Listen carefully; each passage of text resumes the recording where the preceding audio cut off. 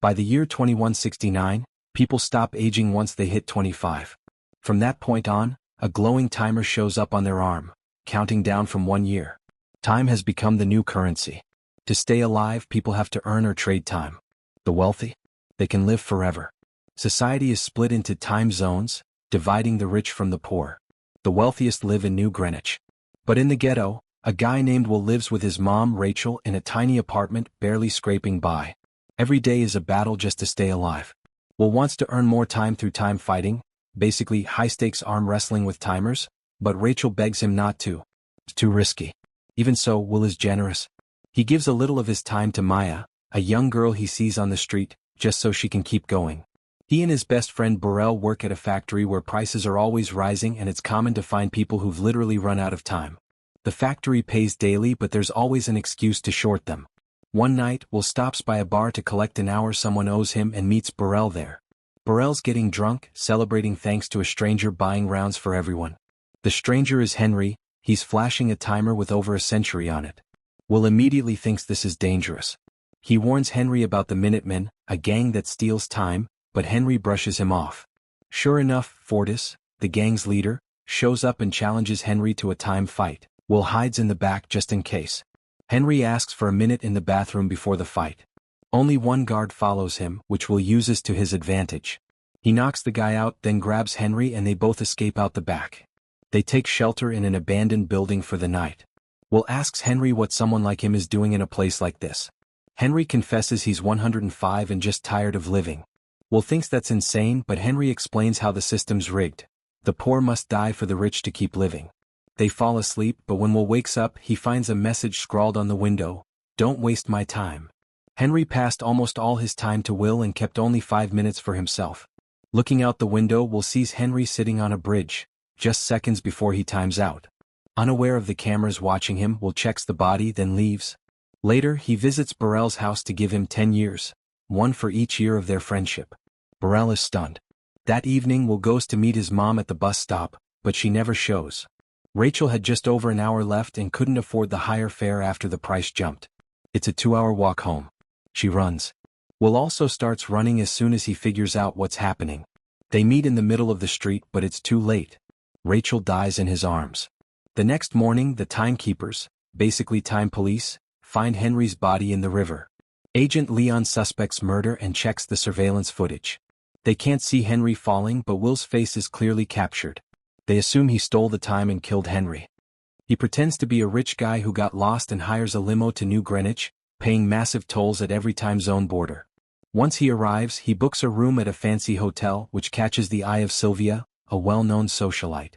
Later, while eating at the hotel, the waitress picks up on the fact that Will doesn't belong there, but she treats him well when he tips her generously. She also warns him that if he's heading to the casino, he'll need to dress the part. Will's quick movement through the zones raises red flags in the system, and Leon locates him. Turns out Leon once chased Will's father too. At night, Will shows up at the casino in a new suit. He's asked to donate a year since he's not a member.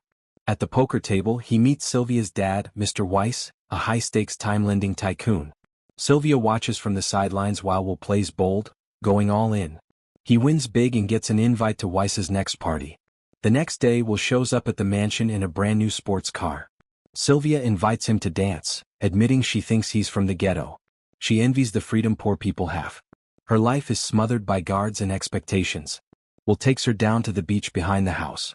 They go skinny dipping and Sylvia starts to loosen up. Later, when people notice Sylvia's missing, she hides with Will in a cave. They sneak back separately to avoid suspicion. That's when Weiss invites Will for another poker game, but it's cut short when the timekeepers arrive, tracking him through his car purchase. Leon interrogates Will. When Will says Henry willingly gave him the time, no one believes him. The timekeepers take nearly all his time, leaving him with 2 hours for processing. Leon tells Will he reminds him of his father. Just then, Weiss and Sylvia walk in. Will uses the distraction to fight back, steal a gun, and grab Sylvia as a hostage. They escape out the back in Will's car. Leon chases them through the city. Will drives in reverse to avoid getting cornered and manages to dodge a truck. Leon crashes and loses them. Heading back to the ghetto, Will asks Sylvia to loan him time, but she refuses. As they near the bridge, Will gets distracted by the security cameras and misses a spike trap in the road. The car crashes. They're knocked out. Fortis and his gang find them and start stealing Sylvia's time, but sirens send them running. She's left with just 30 minutes. After waking up, Sylvia panics. Will helps her, though he points out the irony. They head into the city. Meanwhile, Leon arrives but first needs to request more time. He never carries more than he needs. Will visits Burrell's place, only to learn Burrell drank himself to death with 9 years still on his clock. Sylvia freaks out again, but Will notices her expensive earrings and drags her to a pawn shop. The owner gives them only 2 days' worth of time in return, which they reluctantly accept. Next, they use a payphone to call Sylvia's home. Will speaks with Leon and demands 1,000 years be distributed among the ghetto's poor as ransom for Sylvia. Leon warns Will he's becoming too much like his father. He reveals that Will's dad didn't die in a time fight, he was doing something more dangerous. Will hangs up. Leon informs Weiss of the ransom, but Weiss refuses to hand over even what amounts to pocket change for him. Will and Sylvia spend the night at Will's apartment. She puts on Rachel's old clothes. Curious about Will's past, she asks about his father. Will says he was a legendary time fighter and taught him everything he knew. He shows Sylvia how to fight, timers locked, strength and deception. The trick his dad used was to let the opponent think they were winning. Let the clock tick almost to zero, then flip it at the last second and take it all. Will used to think his dad died in a fight, but now he's realizing he might have been killed for giving away what he earned. They share their experiences turning 25. Will's countdown started while he was on the street. They were in debt and he almost lost his bonus year immediately. Sylvia, on the other hand, had a calm awakening in bed and got a decade from her dad just to celebrate. Hey everyone. If you're enjoying the videos and want to keep seeing more, make sure to hit that subscribe button and turn on the notification bell so you never miss an upload. We're on an exciting journey to reach our first 1,000 subscribers, and every single one of you can help make it happen. Your support means the world to me and it's what keeps this channel going strong. So smash that subscribe button, join the family, and let's reach this milestone together. The next morning, Will looks out the window and watches people lining up at the Timeline building. Unfortunately, they don't have any time to donate, meaning that Philippe Weiss didn't pay the ransom. Sylvia is hurt by her father's indifference and begins to understand that his wealth came from taking advantage of others. Will tells her to go home, but she refuses and the two agree to work together. They share a kiss. Sylvia asks to call home, and Will hands her a gun for protection while he watches nearby. Her father answers the phone quickly and dismisses her anger, warning her instead that the timekeepers are on their way. As Sylvia turns, she sees Leon walking toward Will and immediately shoots Leon in the arm. Will seizes the opportunity to check Leon's timer and discovers that timekeepers carry very little time to avoid being robbed. Will gives Leon a few hours so his fellow officers can rescue him, and then escapes with Sylvia in Leon's car. As Leon limps through the street, onlookers yell at him for not protecting the poor. One of his fellow keepers arrives in time to escort him away before the crowd turns violent. Later, while driving, Sylvia points out that they can't keep traveling in a police car. Will gets an idea. He poses as a timekeeper and flags down a wealthy woman's car. They rob her of her earrings and most of her time, leaving her with only 1 day before taking off in her vehicle.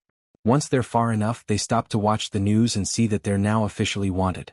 Will again suggests Sylvia go home, but she tells him this mission is more fulfilling than her old life. Meanwhile, Weiss lies to his investors, claiming the situation is under control. Leon visits Weiss to report that this is no longer a kidnapping. Sylvia is now a criminal. Weiss tries to bribe Leon into looking the other way, but Leon refuses and warns him that any contact with Sylvia must be reported or Weiss will be arrested for aiding a fugitive. Sylvia later asks Will if he would give time away if he had plenty. Will says he would. Sylvia proposes a new plan. Together, they hijack a money transport truck and crash it into a time bank. They steal several time capsules and distribute the remaining ones to people in the ghetto. When the timekeepers arrive, everything is already gone. Greta finds a time capsule among her laundry, left by Will as an apology. He also leaves time for Maya, who is still sleeping on the streets. The rest of the stolen time is donated at the Timeline for the clerk to distribute freely. Back at the timekeeper's office, Leon notices time in circulation that shouldn't be there. He believes Will might be causing more harm than good. The following morning, Fortis attempts to rob a man in the street, but the man is now armed and defends himself. Fortis pretends to back down, then shoots the man from behind. When he checks the man's timer, he's stunned to see a massive loss of time. Will and Sylvia begin hitting time banks across the region, and their actions make the news. Weiss wonders if his daughter is trying to destroy him. His wife tells him that by suffocating her, he almost did the same. A week later, Leon and his team locate Will's apartment and prepare to arrest them. Will hears the radio chatter and grabs Sylvia. They flee out the back window of a neighboring apartment, landing safely on a car below. Leon follows and pursues them through the town. The chase leads to the rooftops where Leon fires at them. Will shoots back but misses. They eventually descend and board a bus. The driver considers turning them in, but Will offers him time in exchange for silence, allowing them to escape again. Hours later, Will and Sylvia check into a hotel. They rent all the rooms and pay the receptionist to keep quiet. A new customer arrives and is told the hotel is full, but he glimpses Will and Sylvia heading upstairs. Fortis and his gang patrol the streets, threatening locals for information. At first, no one talks, but when Fortis kills a man to prove he's serious, the hotel guest confesses. Fortis storms the hotel and corners Will and Sylvia with his men. He explains that the timekeepers let him operate because he only robs the poor. Now he says he has to restore balance. He challenges Will to a time fight, saying he doesn't like killing in cold blood. Will uses the technique his father taught him, watching Fortis's eyes instead of his timer, and drains all of Fortis's time while he's distracted. The guards are so shocked they get too close, allowing Will to shoot them all. Fortis dies from a timeout. By the time the timekeepers arrive, Will and Sylvia are gone. Later, Will notices that prices and loan rates are being raised quickly to compensate for the extra time circulating among the poor. He realizes their efforts aren't enough. They would need 1,000,000 years to make a real dent. Sylvia reveals she knows where to find exactly that amount. The next day, Weiss heads to work with heavy security. Suddenly, Sylvia walks up and announces that she wants to surrender. Weiss is convinced and lowers his guard. Meanwhile, Will sneaks up behind him and together they take Weiss hostage. They force him to open his private vault, which contains a capsule with 1,000,000 years. Weiss warns that giving a year to 1,000,000 people will only prolong suffering and that flooding the wrong area with that much time will collapse the entire system. Will says that's exactly the goal. They trap Weiss in his office and escape. The timekeepers are immediately alerted and rush to block the bridge that connects the zones, hoping to stop them. Leon joins the chase and becomes so focused that he forgets to collect his daily time allowance. The timekeepers shoot at Will's car, but he drives through the barrier into the ghetto. Leon crashes into their car moments later. Will jumps out and gives the 1,000,000-year capsule to Maya. Then he and Sylvia pretend to surrender. Leon thinks he's won, but the timeline building announces that there's time for everyone now. A huge crowd floods the streets, creating chaos. Will and Sylvia use the confusion to slip away. Leon pushes through the mob and chases them, but as they cross into another zone, he's forced to continue on foot. He catches up eventually, and Will guesses Leon used to be from the ghetto too.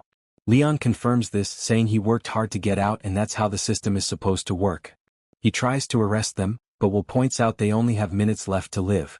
Leon checks his own timer and realizes he forgot to claim his time. His clock is almost empty. A moment later it runs out. Leon collapses on the spot and dies. Will and Sylvia have seconds left. They kiss in what could be their final moment. Then Will remembers that the timekeeper's car still has time in it. He runs and grabs some from Leon's vehicle. Sylvia struggles to reach him in time, but Will rushes back and meets her halfway. They transfer time just before it's too late. Back at Weiss's company, he gives up and tells his staff not to intervene. On television, newscasts show people crossing zones and abandoning their factory jobs. Officials insist the situation is under control, but it's clear the system is breaking down. At the timekeeper's office, employees begin heading home. There's nothing left to do. Will and Sylvia are never caught.